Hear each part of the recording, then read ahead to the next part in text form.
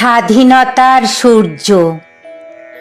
ওরে মূর্খ ইংরাজ, 200 বছর রাজত্ব করে কি পেলে আজ?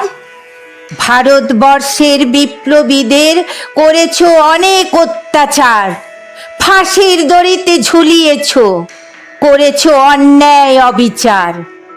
যাযাবরের মতো ঢুকে পড়েছিলে আমাদের এই দেশে, ভারতবর্ষের শান্তি কেড়ে নিয়েছিলে জাতি ধর্ম নির্বিশেষে। অত্যাচারিত মা বোনেরা, হাজার হাজার জনতা বিপ্লবীরা হঠাৎ উঠল জেগে, গর্জে উঠল, মরবো না হয় মারবো। এই বিশাল জনসমুদ্রকে ভয় পেয়ে ইংরেজরা দেশ থেকে গেল ভেগে।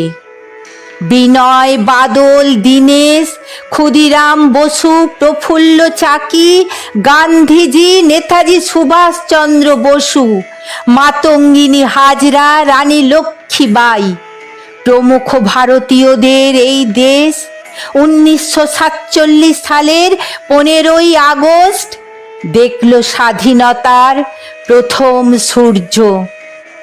এই স্বাধীনতার জন্য ভারতের জনগণকে করতে হয়েছে মরণপণ সংগ্রাম। বঙ্কিমচন্দ্র সেদিন লিখেছিলেন বন্দে মাতরম গান। আজও আমরা স্বাধীনতার 80তম বছরে শ্রদ্ধার সাথে বন্দে মাতরম গান গেয়ে ভারত মাতার বন্দনা করি।